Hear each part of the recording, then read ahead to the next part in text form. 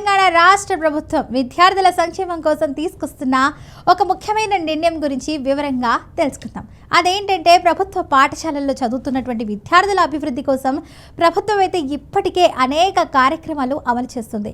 ఇప్పుడు మరో కీలకమైన నిర్ణయం తీసుకుంటుంది.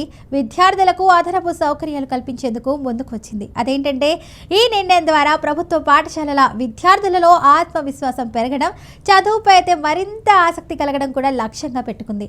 ఇప్పటికే ప్రభుత్వ పాఠశాలల్లో చదువుతున్న విద్యార్థులకు యూనిఫామ్లు, నోట్బుక్స్లు, పాఠ్య పుస్తకాలు వంటి అవసరమైనటువంటి వస్తువులను కూడా ప్రభుత్వం అందిస్తుంది.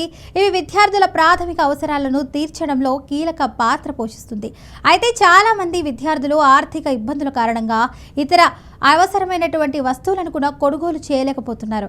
ఈ విషయాన్ని దృష్టిలో ఉంచుకొని ప్రభుత్వం అయితే కొత్త నిర్ణయం తీసుకుంది.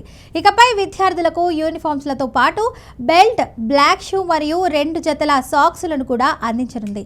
అయితే ఈ నిర్ణయం విద్యార్థులలో సమానత్వం పెంపొందించడమే కాకుండా వారి వ్యక్తిత్వ వికాసానికి కూడా దోహదపడుతుంది. ఈ కొత్త కార్యక్రమాన్ని జూన్ 12 నుంచే ప్రారంభించేందుకు విద్యాశాఖ ఏర్పాట్లు చేస్తుంది. ఇక విద్యా సంవత్సరం ప్రారంభంలోనే ఈ వస్తువులు అందించడం ద్వారా విద్యార్థులైతే మొదటి రోజు నుంచే సక్రమంగా పాఠశాలకు హాజరు కావచ్చు.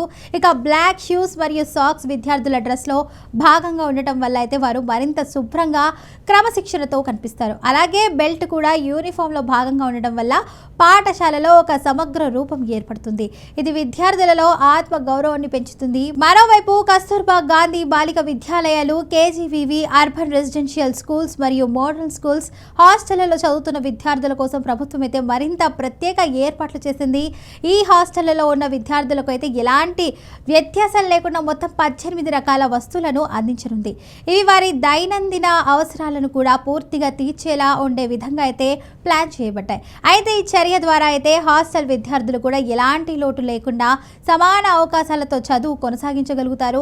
అయితే ఈ నిర్ణయం వెనుక ఉన్నటువంటి ముఖ్య ఉద్దేశం ఏంటంటే ప్రభుత్వ పాఠశాలలను మరింత ఆకర్షణీయంగా మార్చడం మరియు ప్రైవేట్ పాఠశాలలకు సమానంగా సదుపాయాలు అయితే కల్పించడం జరుగుతుంది. ఇలా చాలా మంది తల్లిదండ్రులు తమ పిల్లలను ప్రైవేట్ పాఠశాలల్లో చేర్పించడానికి కూడా ప్రధాన కారణం సదుపాయాల లోపం. ఇప్పుడు ప్రభుత్వం తీసుకుంటున్నటువంటి ఈ చర్యతో ఆ పరిస్థితి మారే అవకాశం ఉంది. విద్యార్థులు కూడా గౌరవంగా, ఆత్మవిశ్వాసంతో పాఠశాలకు వెళ్ళగలుగుతారు. మొత్తానికి ఈ కార్యక్రమం అయితే విద్యార్థుల సమగ్ర అభివృద్ధికి ఒక మంచి అడుగు.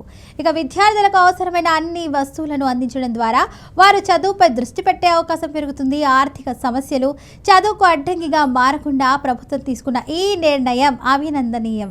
ఇది విద్యారంగంలో ఒక సానుకూల మార్పుకు దారితీస్తుంది. కాబట్టి మనమంతా ఈ కార్యక్రమాన్ని స్వాగతిస్తూ విద్యార్థులను ప్రోత్సహిద్దాం.